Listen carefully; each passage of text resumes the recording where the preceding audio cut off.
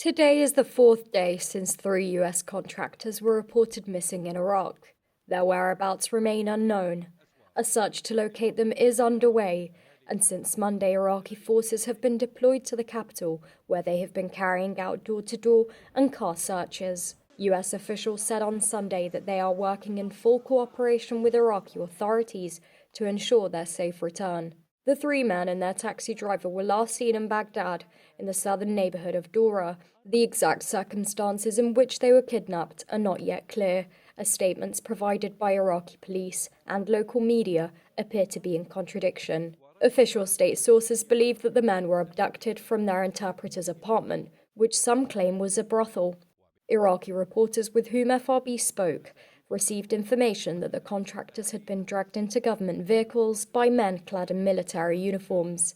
Sources in Washington believe that the identity of the men had served as the main motive for their kidnapping. Some reports even claim that the men could have been smuggled across the border into Iran.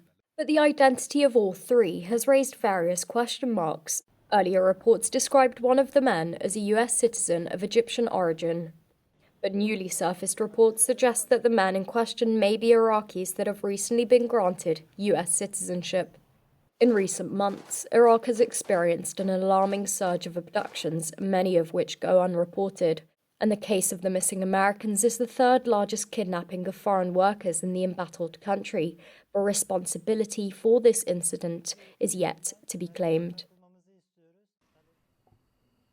Ex-Iraqi politicians in the last week have hit out against the Shia-led government of Iraq for falling short of its responsibilities. This is what the former governor of Nineveh province, where Mosul lies, had to say in a recent interview with Iraqi satellite TV, Sumerian News. الحكومة العراقية أنا كما قلت الحكومة العراقية كأنها مكتوفة الأيدي ولا تعرف ماذا تفعل.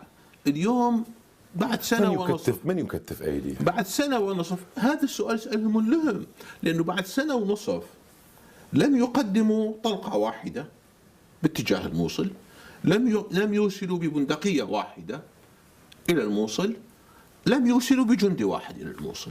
The ruling establishment is accused of not doing enough to flush out Islamic State militants from Mosul nearly 2 years since the city fell. Najafi, among others, have called attention to the continuing advance of Iranian forces aligned to sectarian militias, currently leading the battle against IS. Many more politicians have begun to raise their concerns over the steady deployment of Iranian ground fighters into Iraq, which Najafi believes could transform the current war into an Iranian-Iraqi battle. Iran is trying to exert as much pressure as possible to manipulate things inside this country.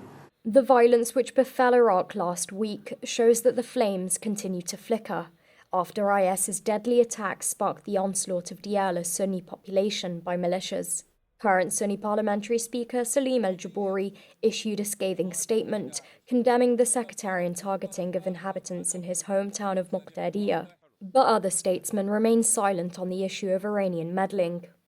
Iraqi politician Iyad Alawi argues that this is largely contributing to the failure of the political process. In a joint press conference with officials from Al-Anbar, Alawi said that the power and the political process are no longer worth anything and that it has become incompatible with the desires of ordinary Iraqis.